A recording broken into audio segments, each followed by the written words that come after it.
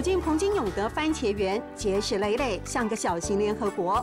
来自世界各国的36个番茄品种，是他17年来的心血结晶。这个叫做芝麻绿番茄。芝麻绿番茄。对。这个叫荷兰的奇异果番茄。奇异果番茄。对。这个是甜椒番茄，它里面的肉也是整个空洞的。一颗颗硕大番茄，清甜的滋味让人欲罢不能。农场特制的番茄汁，一天能卖上1-2千杯。彭金永成功打造了黄金番茄园，急欲摆脱劳力赚钱的农家宿命。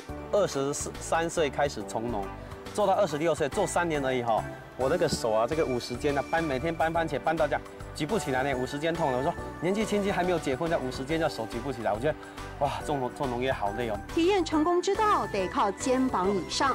彭金永努力转型，导入服务业概念，为传统农业找出新商机。你做观光以后，像我们现在一天假日要卖3000斤的番茄，哎，不用采收工啊，我们的员工也减少了。为什么？员工不用去采番茄，客人帮你采。番茄有吃又有拿，人手一篮，把柜台挤得满满满。